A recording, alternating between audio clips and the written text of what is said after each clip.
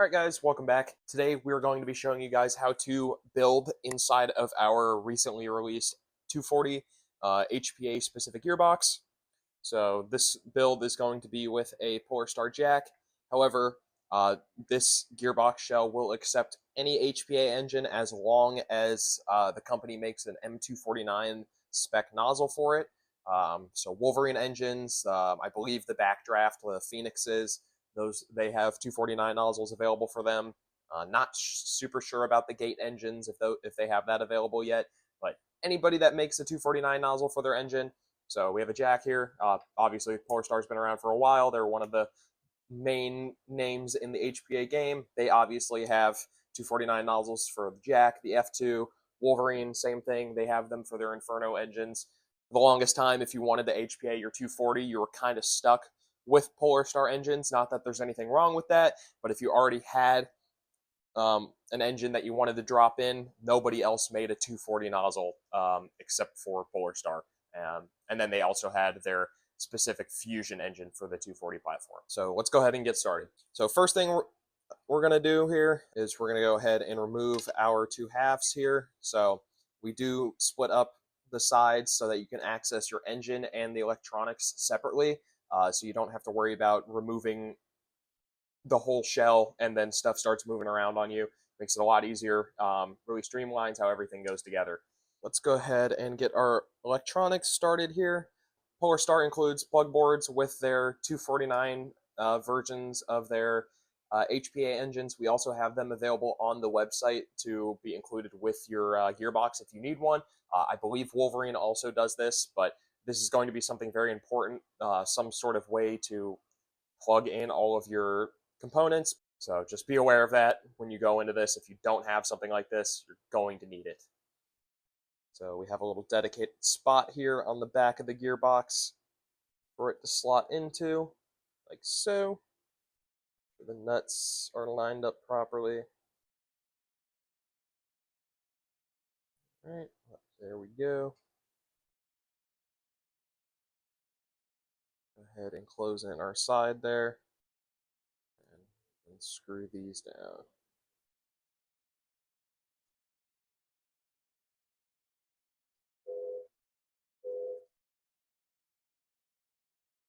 All right, and now that we have that in there, we can go ahead and insert our trigger switch here.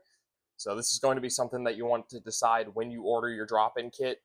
You can either order a brand new trigger switch directly from us with the wires already soldered on, or you can just scalp your old trigger switch from the AEG gearbox. And PolarStar, if you order a 249 version of their engines, it comes with a specific wire that just slips over these. We do also have these wires available on the website. You can also get them on Amazon for really cheap, and then you just have to solder them onto the connections. So we'll go ahead and install this here.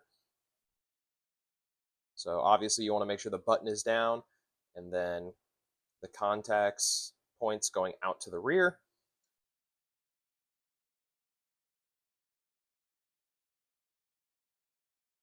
Go ahead and install the screw for that.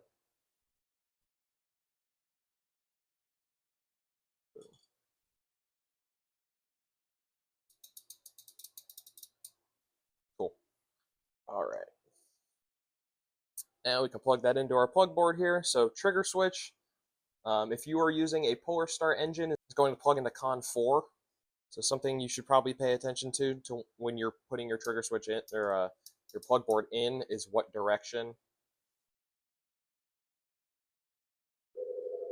those numbers are facing. Let's go ahead and switch this around so that the numbers are a little bit more convenient for us.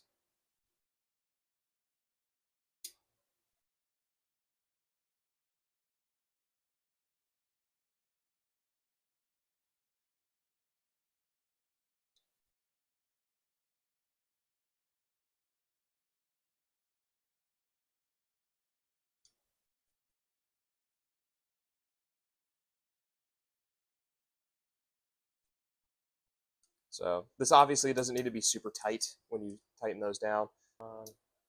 4. Boom. There we go. All right. Now let's move to installing our engine here. So like I said at the beginning, this is a PolarStar jack, single solenoid, so there's only one wire. If you had an F2, there'd be two wires, or any other kind of dual solenoid engine. So just insert that there like so. Very tight fitment, doesn't shift back and forth, left to right, nothing like that. It's going to sit exactly where it needs to be. Grab our other half of the gearbox shell here, drop it on top, and then we can go ahead and start installing the rest of our gearbox screws here.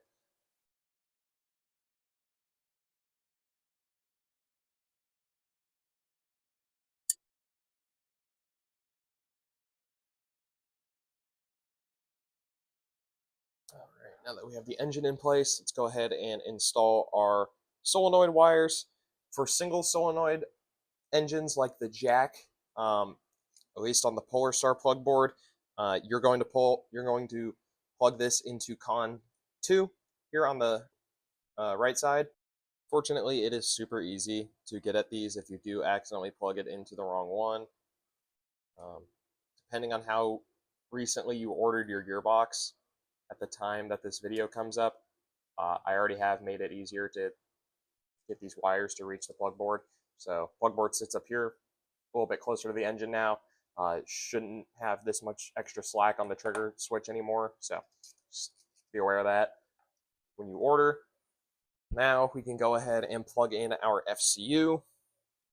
So FCU, again, this is with the PolarStar plug board, plugs into our middle slot here, the big wide one. And then we can grab our actual FCU and plug it in here, like so. So this is pretty much everything here, including electronics. Go ahead and plug in a battery, just so you can see if we can hear the solenoid going off.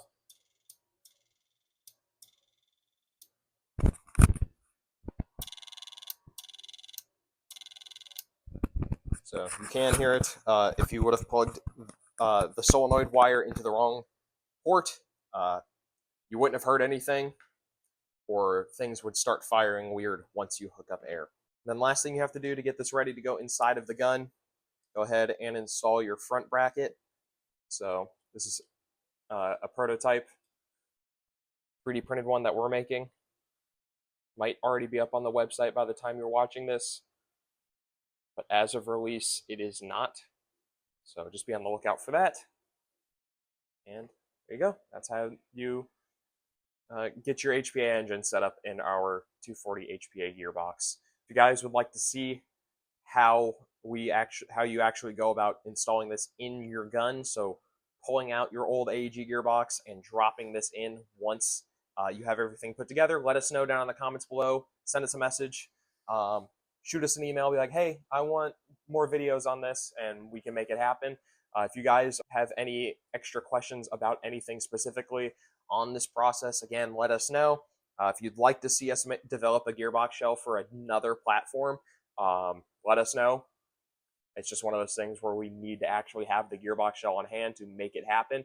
We currently have them available for the Stoner 96, 240, and we are working on one for the M60, and then we're also now have them available for the 249 / Mark 46 and the PCAM. So all three of those share the same gearbox shell. If you guys have any questions, let us know, and I'll see you guys next time.